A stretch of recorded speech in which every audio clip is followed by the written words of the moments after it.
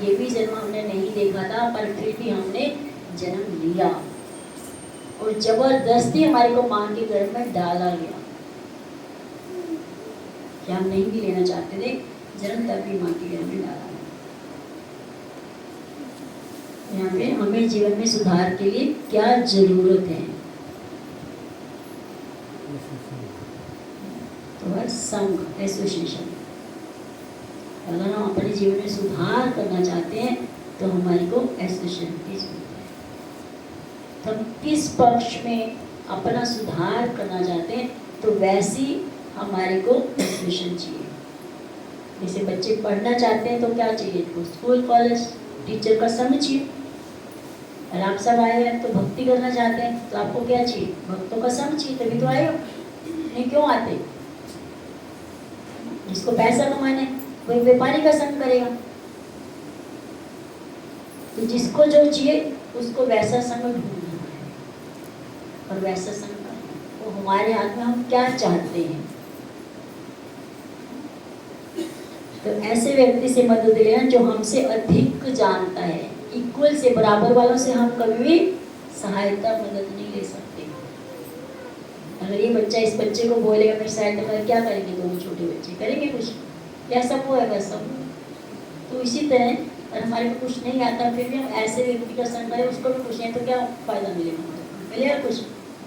कोई लाभ नहीं मिलने वाला हमारे को। तो इसलिए हमारे को उसका संग करना जो हमारे से ज्यादा जानता है। ऐसे तो घर में एक बहू आती है तो जब बच्चा पैदा होता है तो बहू को नहीं कुछ समझ, बच्चा क्यों रो रहा है, कैसे पालना है, कब इसको खाना पीना देने, क्या देने, क्या सास बुलाती नहीं। और बच्चा रोता है बहू ने पता नहीं क्या हो गया, सांस का पेट दर्द हो रहा है, इसको थोड़ा सा अजवाइन का पानी डालना ठीक हो जाएगा। ये वो एक्सपीरियंस है उसको, सास बड़ी है उससे, जो हमारे से बड़ा है वही हमारी सहायता कर सकता है। बच्चे स्कूल पढ़ रहे हैं तो टीचर तो बच्चों के बराबर नहीं, तो टीचर बड़ा है तो बच्चों को पढ़ा रहे हैं। इसलिए जब भी हमें सहायता लेनी अपने बड़ों से सहायता लेनी जो हमारे से दिख जानते हैं। तो व्यक्ति पानी में डूब रहा है तो अगर दूसरा व्यक्ति भी पानी में डूब रहा है क्या उसकी सहायता कर सकता है? नहीं। जो इससे ज़्यादा पावरफुल होगा, जिसको तैरना आता होगा और ज़्यादा पावरफुल होगा, वो इस व्यक्ति को निकाल सकता है। ठीक है, उसका हाथ पकड़े, डूब रहे और दूसरा उसका हाथ पकड़े तो उसको निकाल सकते कि वो बाहर वाला ज़्यादा पावरफुल है। तो यहाँ पे भी स्टोरी है, ये तो सबको पता ही होगी, देखने से समझ आ रही है? नहीं, एकता में बालक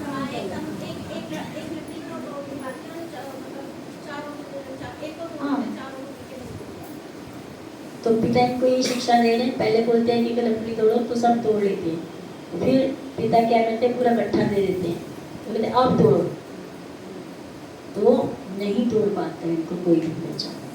तो इसी तरह हमें जब हम परिवार में भक्तों में मिलकर रहेंगे तो हमारे को कोई तोड़ नहीं सकता। तो अगर आप परिवार में परिवार के कहने के अनुसार चल रहे हो और सब बात परिवार में बता रहे हो तो आपको कोई बुरी संगत वाला तोड़ नहीं सकता। और बाई चांस कभी चले भी गए भूल चूक कर और घर में आकर बता दिया और घर वालों ने क्या करना, आपको मार पीट कर सीधा कर दिया, बचा लेंगे।